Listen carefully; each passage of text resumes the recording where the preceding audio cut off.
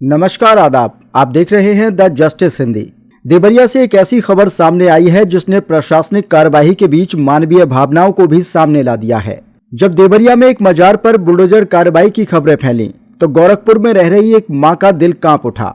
12 साल पुरानी अधूरी मन्नत को पूरा करने के लिए रानी तिवारी अपने बेटे के साथ सीधे मजार की चौखट पर पहुंच गई। दरअसल देवरिया में स्थित अब्दुल गनी शाह बाबा की मजार को प्रशासन ने सरकारी जमीन पर अवैध निर्माण बताते हुए हटाने की कार्यवाही शुरू की है। आदेश के बाद रेलवे ओवर ब्रिज के पास बने इस ढांचे पर बुलडोजर चलाया गया। जैसे ही रानी तिवारी को यह खबर मिली कि मजार को पूरी तरह से हटाया जा सकता है, वह बिना देर किए अपने बेटे के साथ वहां पर पहुंच गईं। रानी तिवारी ने बताया कि करीब 12 साल पहले जब डॉक्टरों ने मां बनने की उम्मीद छोड़ने की बात कही थी, तब उन्होंने बाबा की मजार पर मन्नत मांगी थी। मन्नत पूरी हुई और उन्हें बेटा हुआ, लेकिन समय और परिस्थितियों के चलते वह चादर चढ़ाने नहीं आ सकी।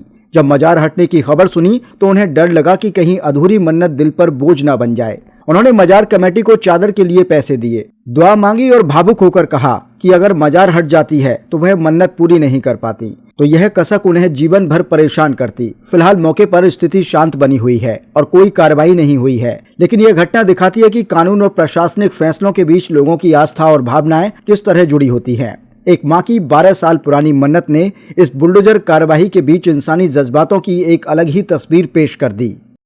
मन्नत पूरी हो चुकी है, 12 बरस पहले हो गई थी, लेकिन मन्नत चढ़ाने में मुझे बहुत विलम्ब हो गया था सर। ये बच्चा नहीं हुआ था। नहीं, मैं यहीं रहती हूँ, मैं यहीं की हूँ, विक्रमपुर रोड पे मेरी मकान है सर।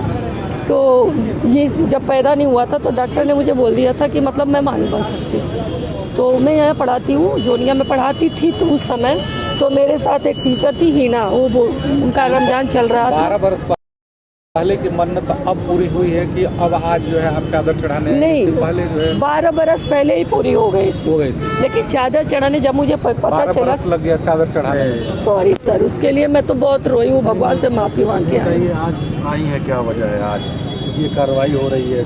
नहीं, इसलिए नहीं। जब मैं तो गोरखपुर थी सर, कल मुझे पता चला कि ये तोड़ा जा रहा है, तो मैं रात को भगे आई कि जब टूट जाएगा तो फिर मेरे अंदर एक मलाल रहेगी कि मैंने मन्नत की।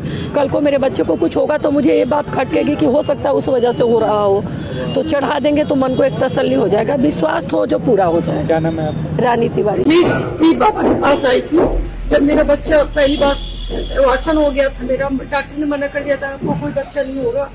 तो मैं यहाँ पढ़ाती थी, जोनिया में पढ़ाती थी। मेरे साथ एक मैडम थी हीना मैम, उन्होंने कहा था कि मैं फर्स्ट टाइम जो उस समय वहाँ थी तो ऐसा हुआ कि मतलब मैं आज तो धो चुकी थी, मैं बहुत रो रही थी। तो उन्होंने पूछा लंच में कि मैम क्या हुआ आपके साथ?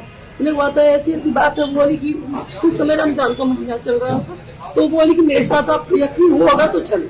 मैंने कहा मुझे सब पे यकीन है, मैंने कभी किसी को देखा नहीं, देखा तो किसी को नहीं है, विश्वास पे ही मैं कहीं जाती हूँ, मंदिर जाऊँ तो नहीं, भगवान को भी तो मैंने देखा नहीं। मेरा यकीन था, मैं मंदिर में पत्थर पूछ रही थी कि यहाँ की तो मैं देखी नहीं हूँ, लेकिन विश्वास है अगर तो मुझे लेके चलिए। वो लंच टाइम में मुझे यहाँ लेकर आई थी और उन्होंने फतेह जो भी मुझे पता नहीं कि क्या बोलते हैं उसको, उन्होंने करवाया था। मौलवी साहब थे और उन्होंने मन्नत करी थी कि जब आपको बच्चा होगा तो आप यहाँ चादर चढ़वाएंगे और बच्चे को दर्शन कराएंगे।